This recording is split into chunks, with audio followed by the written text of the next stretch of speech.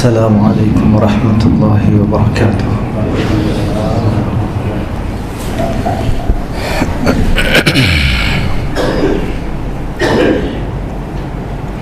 الله أكبر الله أكبر الله أكبر الله أكبر. أشهد أن لا إله إلا الله. أشهد أن لا إله إلا الله. أشهد أن محمدا رسول الله. أشهد أن محمدا رسول الله. حي على الصلاة حي على الصلاة.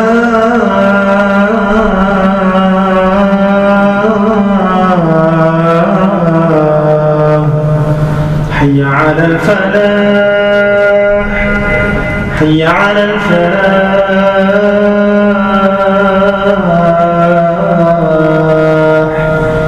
الله أكبر الله أكبر. لا إله إلا الله.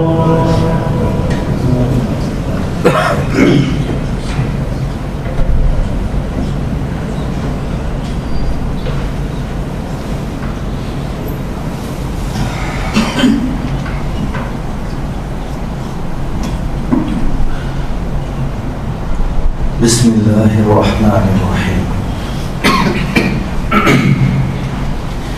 الحمد لوليه والصلاة على نبيه وحده بكبريائه وبسلطان وبإعلان وبإتقان والبيان في الفرقان. وحده بوحدة موحدا بوحدة وحيدا بلا مدد ولا جدد ولا وصف بالكمال. أشهد أن سيدنا حبيبنا وسندنا مقسومنا مخدومنا منقوصنا أجدر الذكر جديرا محمد بن عبد الله وعلى آله وأصحابه وأتباعه إلى يوم القيامة. أما بعد، فقد قال الله تعالى في كتابه العزيز والفرقان المجيد ومحكم التنزيل: قل هذه سبيلي أدعو إلى الله على بصيرة أنا ومن اتبعني وسبحان الله وما أنا من المشركين. صدق الله العظيم. سورة يوسف. وقال نبينا الكريم صلوات ربي وسلامه عليه: لا يؤمن أحدكم حتى يكون هواه تبعا لما جئت به. وقال أيضا فيما رواه البخاري: انتدب الله لمن خرج في سبيله لا يخرجه إلا إيمانا وتصديقا برسوله. صدق النبي صلوات ربي وسلامه عليه. இந்த உலகத்தை படைத்து பரிபாலித்துக் கொண்டிருக்கக்கூடிய வல்லவன், சக்தி உள்ளவன், இணை துணையற்றவன் அல்லாஹ் ஜல்ல ஜலாலுஹு அம்ம நவாலுஹு. அவனுக்கே அனைத்து புகழ்களும். அல்ஹம்துலில்லாஹி அலா குல்லி ஹால். இந்த உலகத்தை ஜொலிக்க செய்வதற்கு, இருளிலிருந்து மனிதர்களை வெளிச்சத்துக்கு கொண்டு வரதுக்கு அல்லாஹின் மூலமாக தெரிவு செய்யப்பட்ட மாமனிதன் முஹம்மது ஸல்லல்லாஹு அலைஹி வஸல்லம் அவர்கள் மீதும் அவர்களை உயிர் மேல் நேசித்த சஹாபாக்கள், தாபிஊன்கள், தாபிஈன்கள், முஃமினான ஆண்கள், பெண்கள், இறுதி நாள் வரைக்கும் வரக்கூடிய எல்லா இஸ்லாமிய மனிதர்களுக்கும் அல்லாஹ்வின் சாந்தியும் சமாதானமும் என்றென்றும் உண்டாகட்டும். அல்லாஹ் தஆலா எதை செய்யும்படி எங்களுக்கு ஏவிருக்கின்றானோ அந்த விடயங்களை முடிந்தவாறு செய்யுமாறும், என்ன விடயங்களை விட்டு எங்களை தவிர்த்து விலக்கி இருக்கின்றான் அத்துணத்திய காரியங்களை விற்றும் முற்று முழுதாக தவிர்ந்து உலவி பிறரை உலக்கி வாழ்வதற்கு நல்வசியத் எனக்கும் உங்களுக்கும் நான் செய்து கொள்கின்றேன். இத்தகுல்லாஹ் இபாதல்லாஹ். கண்ணியமான அல்லாஹ்வின் நல்லடியார்களே, உலகத்தில் அல்லாஹ் நான் உங்கள்கிட்ட பொருந்தி கொள்றது, உங்களிடத்தில் நான் எதிர்பார்க்கிறதுன்றெல்லாம் ஒரு விஷயத்தை எங்கள்கிட்ட முன் வச்சுக்கிறேன். அதுதான் தீனுல் இஸ்லாம். அல்லாஹுடைய கட்டளை பிரகாரம் வாழ்றது, முஹம்மது ரசூலுல்லாஹுடைய வாழ்க்கையோட வாழ்க்கையா மாத்துறேன். இதுக்கு சுருக்கமாக சொல்ல வந்தால் தீனுல் இஸ்லாம், நான் இதை தான் புரிந்து கொள்வேன் என்றெல்லாம் சொல்லிட்டேன். அல்லாஹின் நல்லடியார்களே, இஸ்லாம் சொல்றது எல்லாருக்கும் தெரிஞ்சதுதான். அது ஒரு வாழ்க்கை நடைமுறைக்கு தோதுவான, ஒப்புமையான, எளிதான, எல்லா காலத்துக்கும் பொருத்தமானதுதான் இஸ்லாம். அல்லாஹின் நல்லடியார்களே, அன்பு சகோதரர்களே, இந்த மார்க்கம் எங்களை கையில் இருக்கிறது. யாரெல்லாம் முஸ்லிம் ஆகிட்டார்களோ, நானும் தான் நீங்களும் தான், இதுக்கு பிறகு இந்த பூ உலகத்தில் இஸ்லாமியன் என்று வாழக்கூடிய ஒரு மனிதனுக்கு அடிப்படையான ஒரு சிந்தனை இருந்தாக வேணும். எங்களுக்கு எல்லாம் இருக்கிறது. அதுதான் இவ்வளோ தெளிவான, சுத்தமான, உண்மையான, யதார்த்தமான, ஆணித்தனமாக சொல்ல முடியுமான ஒரு உண்மை இஸ்லாம் தான். ஆனால் ஏன் இந்த மனிதர்கள், இஸ்லாம் இல்லாதவர்கள், நான் முஸ்லிம்ஸ், இதை விளங்குறாங்க இல்லை? அவர்களும் இஸ்லாத்துக்குள்ள வரணும், இவர்களுக்கும் இந்த வெளிச்சம் போயிட்டு சேரணும். இருளம் பாவம் தான் தன்னுடைய ஒரு வணக்கம் என்று வாழக்கூடிய எத்தனையோ பேர்களை கண்ணால பார்த்து கொண்டிருக்கிறோம். சிலைகளை, கல்லுகளை, நெருப்பு, மரம், செடி, யூகங்களை எல்லாம் வணங்கக்கூடிய மக்களுக்கு மத்தியில தான் அல்லாஹ் தஆலா இந்த இஸ்லாத்தை கொண்டு வந்து சுருக்க வைத்திருக்கிறார். அல்லாஹின் நல்லடியார்களே, அன்பு சகோதரர்களே, அவர்களுக்கு அதை மாத்திர உலகத்தை இருக்கிறார். எனவே இஸ்லாமிய உள்ளத்தில், அடி உள்ளத்தில் இருக்க வேண்டிய ஒரு குமுறல், ஒரு ஆழக்கவலை, ஒரு ஆழமையான ஒரு தாக்கம் தான் இந்த வெளிச்சம் ஒரு உலகத்துக்கு போய் சேரணும். அப்படி இல்லை என்று சொன்னால் அதை உருவாக்கி கொள்ளணும். எங்களால் மக்களிடத்துல தீனை கொண்டு போயிட்டு சேர்க்க முடியாட்டியும் அந்த ஆழக்கவலை அந்த உள்ளத்தில் இருந்து கொண்டே இருக்கிறோம். இவங்களுக்கும் இஸ்லாம் கிடைக்கும், இவங்களுக்கும் இந்த வெளிச்சம் போகணும், முஹம்மது ரசூலுல்லாஹோட வாழ்க்கையை வாழணும் என்ற உள்ள கவலை இருந்து கொண்டே இருக்கணும். அப்படி இல்லாதவர்கள் யாரும் கிடையாது. அல்லாஹ் நல்லடியார்களே, 2 கோடி மக்கள் இலங்கையில வாழ்றாங்க. அதில் 20 லட்சம் முஸ்லிம்கள். இந்த 20 லட்சம் முஸ்லிம்கள் இந்த தீனுல் இஸ்லாத்திலே வெளிச்சத்தை, தெளிவை, இந்த நீதத்தை எப்படி இந்த 2 கோடி மக்களை கொண்டு போய் சேர்க்கிறது? கண்ணியமான அல்லாஹ் நல்லடியார்களே, 3 விடயங்கள் நல்லா மனதில் பதிஞ்சுக்கணும். இந்த 3 விடயங்கள் சமூகத்தில் இழந்ததுதான் இன்றைக்கு இந்த இஸ்லாத்துடைய வெளிச்சம் பிறரை எத்துதில்லை, பிறரிடம் சென்றடைக்கவில்லை. ஒவ்வொரு தனி மனிதனும் இந்த 3 விஷயத்துல நான் எப்படி நடக்கிறேன்றத இந்த சுருக்கமான ஃபுத்துபால நாங்க பார்ப்போம். நான் எந்த இடத்தில் இருக்கிறேன்? முதலாவது ஒற்றுமை. அல்லாஹின் நல்லடியார்களே, ஒற்றுமை இஸ்லாத்துடைய வெளிச்சத்தை மற்றவங்களை கொண்டு போய் சேர்க்கும். இன்னைக்கு எங்களுக்கு ஒற்றுமைக்கு தடை இருக்கிறது என்னுடைய தன்னாதிக்கம், என்னிடத்தில் இருக்கக்கூடிய தன்மை. நான் இப்படிதான் இருப்பேன், நான் அவரோட பேச மாட்டேன், நான் அவரோட சேர மாட்டேன். அல்லாஹின் நல்லடியார்களே, நான் அவர் எனக்கு சரி வராது. அல்லாஹின் நல்லடியார்களே, ஒற்றுமை என்பது ஒரு தலைமைத்துவத்துக்கு கீழே வாழும். அல்லாஹ் ஒரு சமூகத்துக்கு, ஒரு இடத்துக்கு, ஒரு ஊருக்கு ஒருவரை தலைவர் ஆக்கிட்டால் அல்லாஹ் தான் அவரை தலைவராக்குறார். அந்த இடத்தை அல்லாஹ் தான் அவர்களுக்கு கொடுக்கிறது. அவர்களோடு ஒன்றிணையும், அவர்களோட கை கோர்க்கணும். 100க்கு 100% ஒரு மனிதனை உலகத்துல தெரிவு செஞ்சு எடுக்கிறார். ஏற்றத்தாழ்வுகள் இருக்கலாம், குறைபாடுகள் இருக்கலாம், குறைநிறை இருக்கலாம். ஆனால் நாங்கள் கபூல் செய்யணும், வழிபடணும், எங்களிடத்தில் ஒற்றுமை இருக்கும். அதனால் அல்லாஹ் சொல்றாங்க, வஅதஸிமு பிஹப்லில்லாஹ், நீங்க என்னுடைய கயிறு குர்ஆன் தீனை பற்று பிடிச்சு ஒற்றுமையோட வஅதஸிமு, பிரிஞ்சு செல்லவாங்க. சின்ன சின்ன மனக்கவலைகள், கொள்கை விவாதங்கள், வாத விவாதங்கள், ஊரு பிரிவினை, இதெல்லாம் நீங்க கலந்து போன ஏதோ ஒரு இடத்துல ஒற்றுமைப்படுங்க. ஏதோ ஒரு இடத்துல நீங்க ஒன்றுபடுங்க. நீங்க எப்ப ஒன்றுபடுவீங்களோ நீங்க ஜெயிப்பீங்க, வெற்றியா இருப்பீங்க, நிலைச்சிருப்பீங்க. கண்ணியமான அல்லாஹ்வின் நல்லடியார்களே, எனவே முதலாவது ஒற்றுமை. இரண்டாவது தீன் பிறரிடம் போயிட்டு சேர்ற முறைகளை சொல்லுங்க. இரண்டாவது குடுக்கல் வாங்க. நான் இறுதியாக குடுக்கல் வாங்க. இரண்டாவது மஷூரா. கண்ணியமான அல்லாஹ்வின் நல்லடியார்களே, எந்த சமூகத்துல மஷூரா இருக்குமோ, பண்பாடு இருக்குமோ, ஒரு வழிபாடு இருக்குமோ, எப்ப மஷூரா வரும்? ஒற்றுமை இருந்தாலும் மஷூரா வரும்.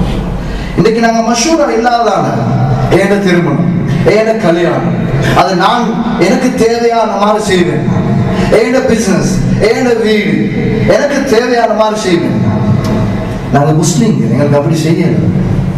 எது கூடும் எது கூடாது, வியாபாரத்துல எது ஆகும் எது ஆகாது, திருமண உறவுகள் எப்படி நடக்கும், எது மார்க்க வழிகாட்டு.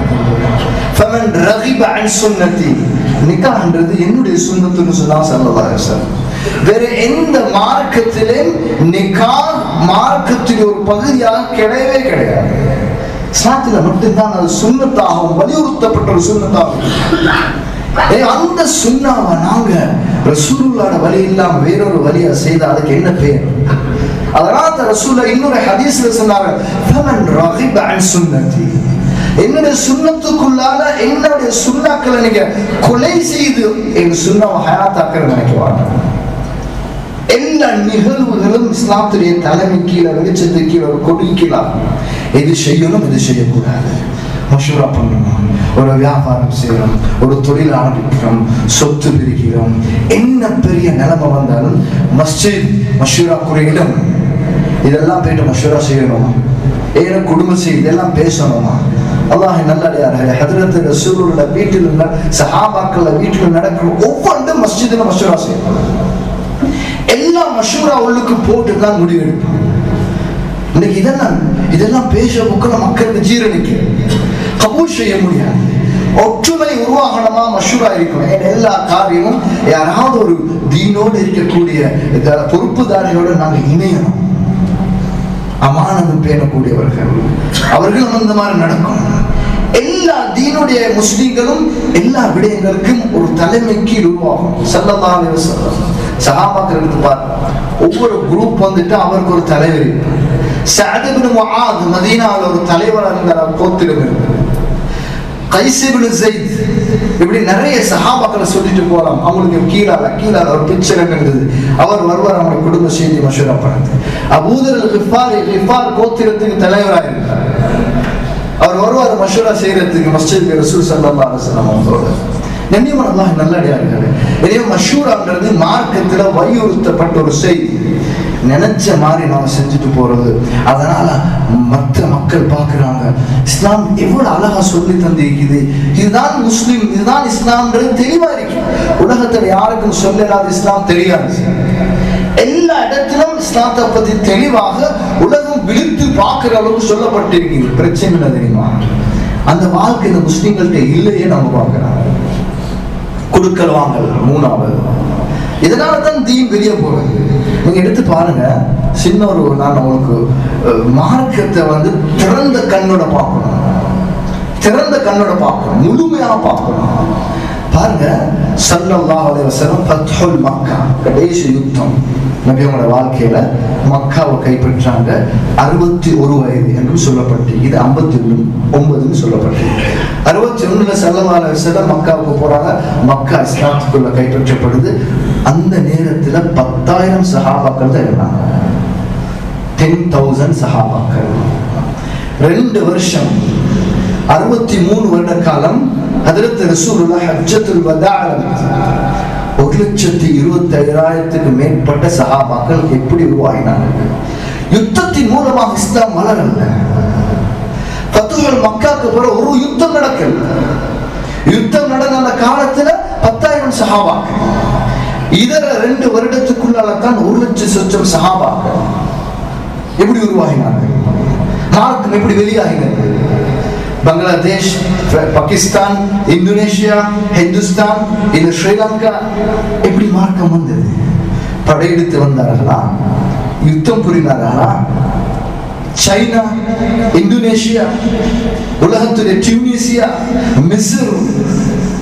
ஹிம்ஸ் ஹதரத் உமர் ரலியல்லாஹு தஆலா அவங்களோட கைக்கு நல்ல விளங்க ஒரு விஷயத்த நாங்கள் எல்லாரும் ஒரு விஷயத்துல பலகீனம் நாங்கள் நினைக்கிறேன், நான் ஒரு தொழுகையாளி, நான் ஒரு நோம்பாளி, நான் ஒரு இபாதத்தாளி. அல்லாஹ் நல்லடியார்களே, ஏண்ட தொழுகை, ஏண்ட இபாதத், ஏண்ட குர்ஆன் திலாவத் எனக்குள்ளதான். இந்த அமல்கள் இன்னைக்கு தானே, இந்த அமல்கள் ரொம்ப பெரிதலாக இருக்கணும். இதை நம்ம மாற்றக்கூடாது.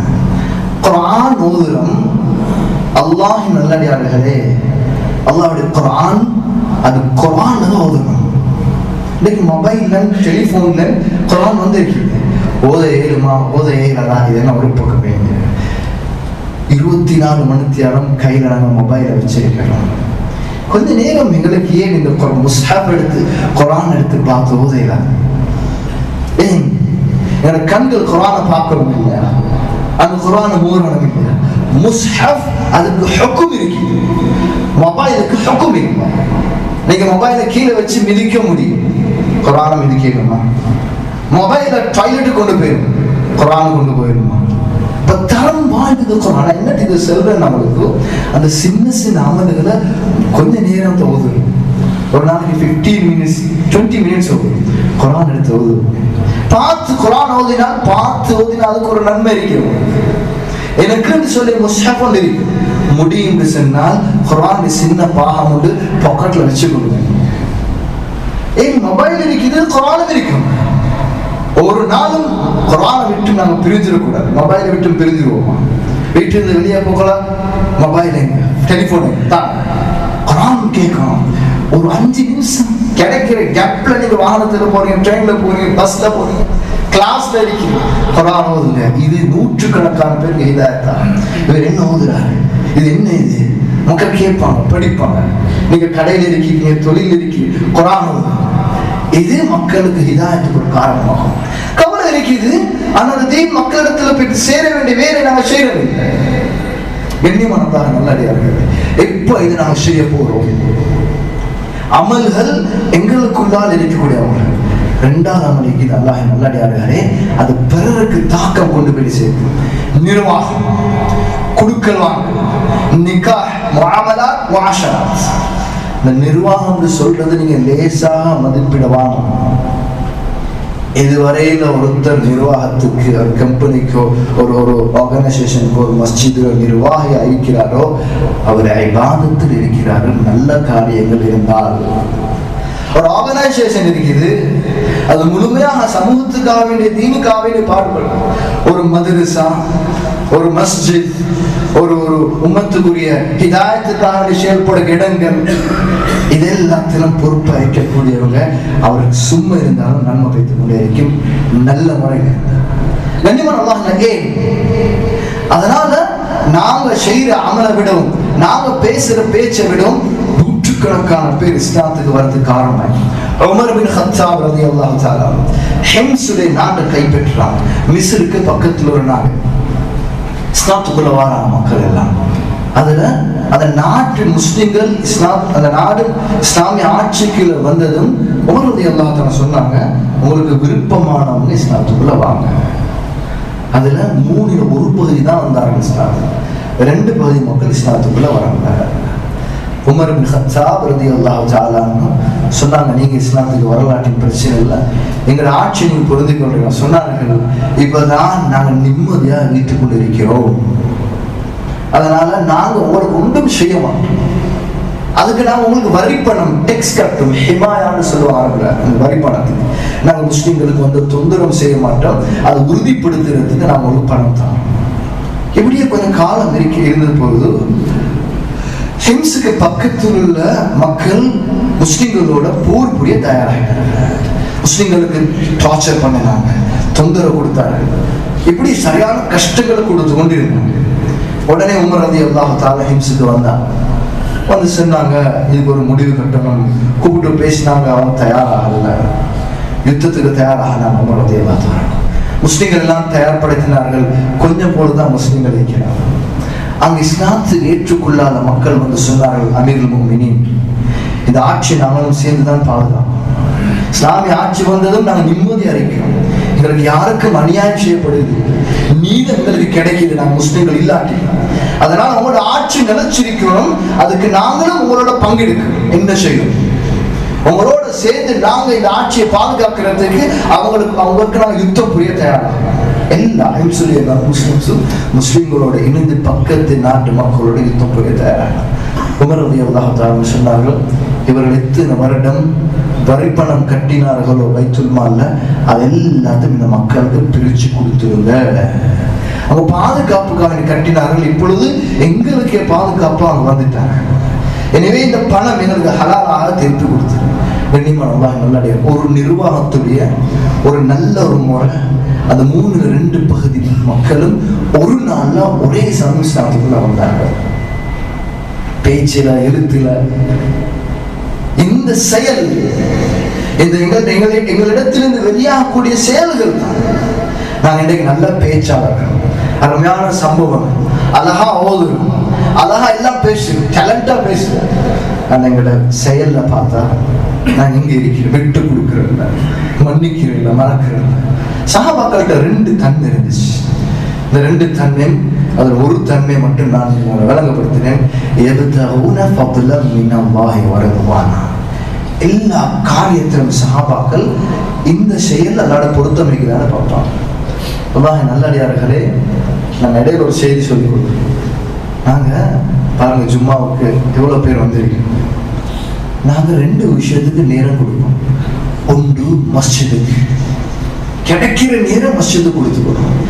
மெனக்கெட்டு தொழுகை இல்லாத நேரத்தில் எங்களால் மஸ்ஜிதுக்கு வந்து பண்றது அரிது. மஸ்ஜிதுக்கு வந்த நேரத்தில் கொஞ்சம் டைம் கொடுக்கணும். ஜும்மா தொழுந்து மட்டும் சொல்றேன் ஓட்டுறேன், இமாம் சலாம் கொடுத்து நெருங்கி. அல்லாஹ் நல்லடியார்களே, அல்லாஹோட பேசுறதுல இன்பம் வரும். கொஞ்ச நேரம் இருக்குது, ஒரு ஜிக்ர் செய்யுங்க, ஒரு குர்ஆன் திலாவத் செய்யுங்க, ஒரு யாசீன் ஓதுங்க. ஏன்னா மெனக்கெட்டு வேறு நேரத்துக்கு நாங்கள் மஸ்ஜிதுக்கு வந்து பண்றதில்லை. அல்லாஹ்வோட வீட்டுக்கு வந்திருக்கிறோம். எப்படி ஒரு செய்தி, ஒரு விடயத்தை அல்லாஹ்ட்ட எடுக்காம போறது, எடுத்துட்டே போகணும். இதெல்லாம் எங்களோட ஆகிரா கபூருக்குரிய ஒரு வெளிச்சம். கண்ணியமான அல்லாஹ் நல்லடியார்களே, சஹாபாக்கள் இந்த பண்பு எதை செஞ்சாலும் இந்த காரியத்தை எல்லாம் புரிந்து கொள்வாங்க. நான் பிள்ளைக்கு பேர் வைக்கிறேன், என்ன திருமணம், என்ன கொடுக்கறாங்க, நான் மொத்தவங்களும் நடக்கிறேன். ஒரு சஹாபி இருந்தாரு, அவருடைய பேர் சாபித் பின் கைஸ். இந்த சஹாபி அன்சாரிகளை சேர்ந்தவர்கள் ஆரம்ப காலத்தில் இஸ்லாத்துக்கு வந்தாங்க. ஆனா எங்களிடத்துல நான் இது என்னத்துக்கு சொல்றேன்னா, எந்த மக்களே நாங்கள் தூரமாக்க கூடாது. ஒருத்திட்ட ஒரு ஹேபிட் இருக்கு, ஒரு விதமான கோபம் வரும். சில ஆட்கள் பேசவே மாட்டாங்க, சிலர்கள் கொஞ்சம் கண்டா அப்படியே இக்னோர் பண்ணிட்டு போவாங்க. ஒவ்வொருத்தரும் ஒரு ஹேபிட் இல்லை. அல்லாஹ்வோட படைப்பு, நபியுடைய உம்மத்தை சொல்றது யாரும் வெறுக்க கூடாது, அது அல்லாஹ் விரும்புறது. அல்லாஹ் ஒவ்வொருத்தருக்கும் ஒரு குணத்தை வச்சுதான் படைச்சிருக்கு. ஹஜ்ரத் ரசூலுல்லாஹ் ஆகப்பெரிய சுன்னா என்ன தெரியுமா? யார்கிட்ட எந்த நலவு இருக்கு அதை எடுப்பாங்க, எந்த கெடுதி இருக்குதோ அதை மறந்துடுவாங்க. இந்த சாபித் பின் கைஸ் என்ற சஹாபி, அன்சாரி என்ற சஹாபி, ஒரு கோத்திரத்துக்கு தலைவராக இருந்தாரு. ஆரம்ப காலத்தில் ஸ்டார்ட் வந்தார். பத்ருடைய, அதாவது ரசூல் ஸல்லல்லாஹு மதீனாக்கு வர நேரம் முழு கோத்திரத்தை வச்சு சாபித் பின் கைஸ் என்ன செஞ்சாரு, அந்த தல அல் பத்ரு அலைஹிவ நீங்க ஒரு கவிதை கேட்கிறீங்க, அதை தயார் பண்ணது அவங்க தான். அவங்களோட கோத்திரத்தை அப்படியே வச்சு ஹஜ்ரத் ரசூலுல்லாஹ் வரவேற்கிறதுக்கு அவ்வளவு ஒரு புகழ் பாடுறாங்க. சொன்னாங்க, யார் ரசூலுல்லாஹ், ஏண்ட பிள்ளைகளை எப்படி நான் பாதுகாப்பேனோ இது போல உங்களை பாதுகாப்பு. எப்படி பாதுகாக்கிறது? சாபித் பின் கைஸ் நல்ல திறமையா பேசக்கூடிய, திறமையா பேசுவார் ரசூலுல்லாஹ் ஸல்லல்லாஹு அலைஹி வஸல்லம்.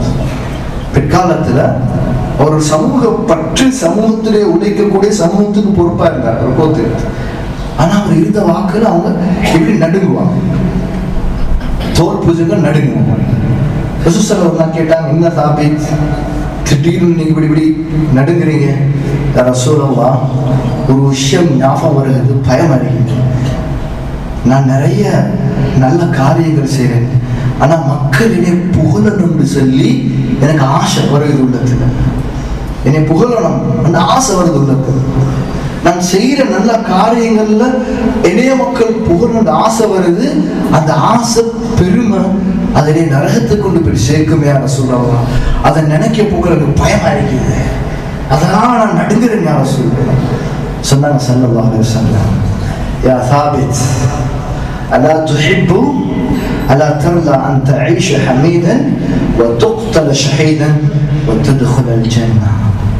நீங்க புகழப்படக்கூடியவராக வாழ்றது தப்பல்ல, நிச்சயமாக நீங்க புகழப்படக்கூடியவராக வாழுங்க.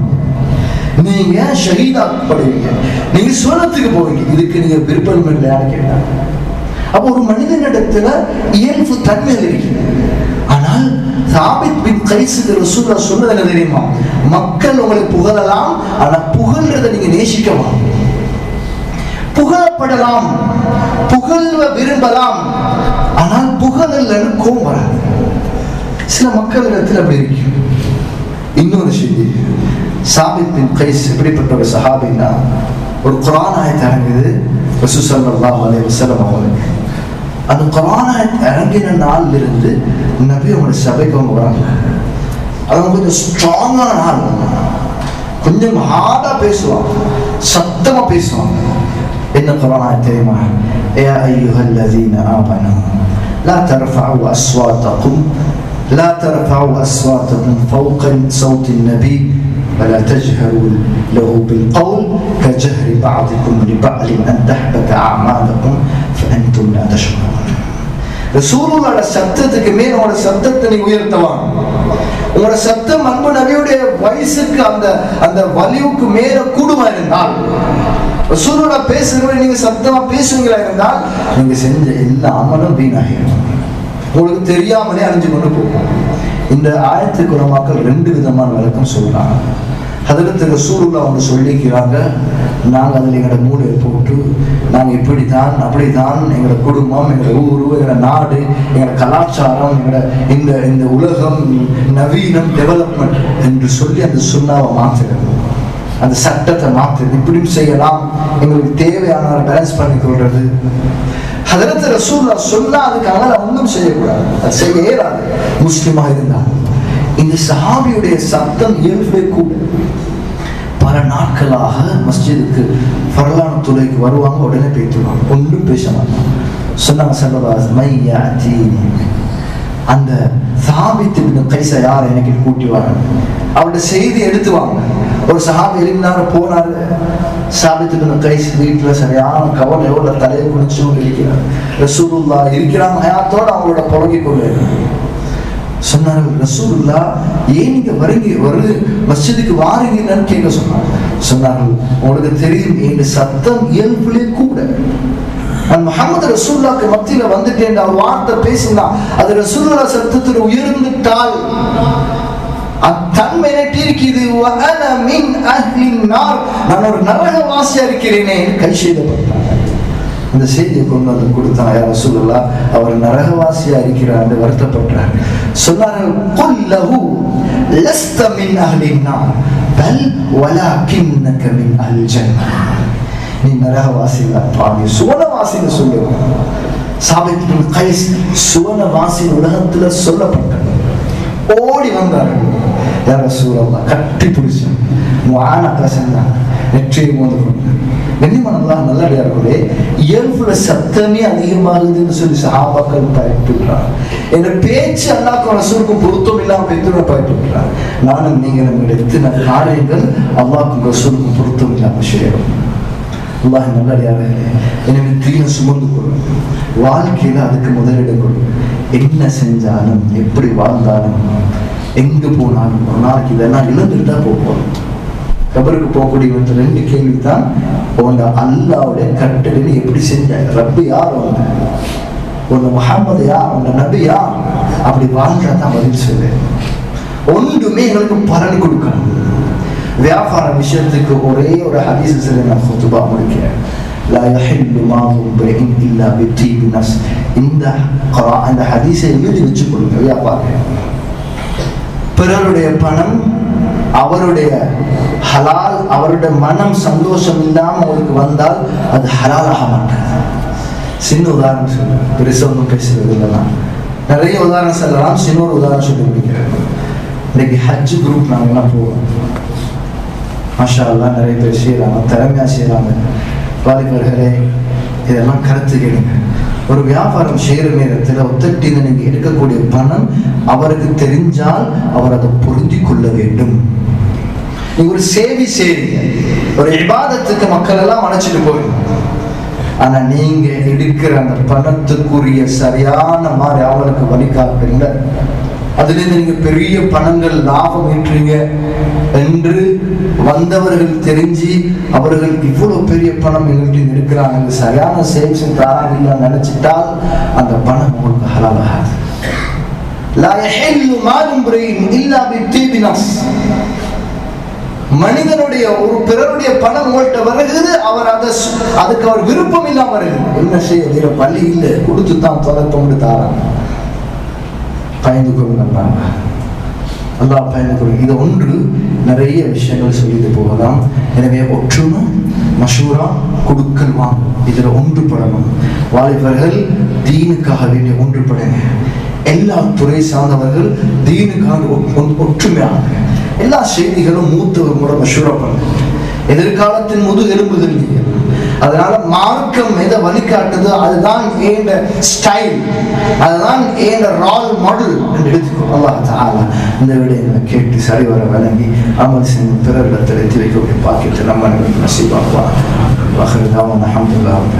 பாவங்களை மன்னிச்சியா, எங்களை கபூல் செஞ்சு போயா, எங்களை ஏற்று போயா, எங்களை கபூல் செஞ்சு போயா, எங்களை அமல்களை ஏற்று போயா, எங்களை கபூல் செஞ்சுக்கோ அல்லாஹ். தட்டி விடாதே அல்லாஹ், ஓரமாக்கிறாதே அல்லாஹ், தூரமாக்கிறாதே அல்லாஹ். இந்த இஸ்லாமிய உம்மத்துக்கு உதவி செஞ்சே அல்லாஹ், பலஸ்தீன் மக்களுக்கு உதவி செஞ்சே அல்லாஹ்.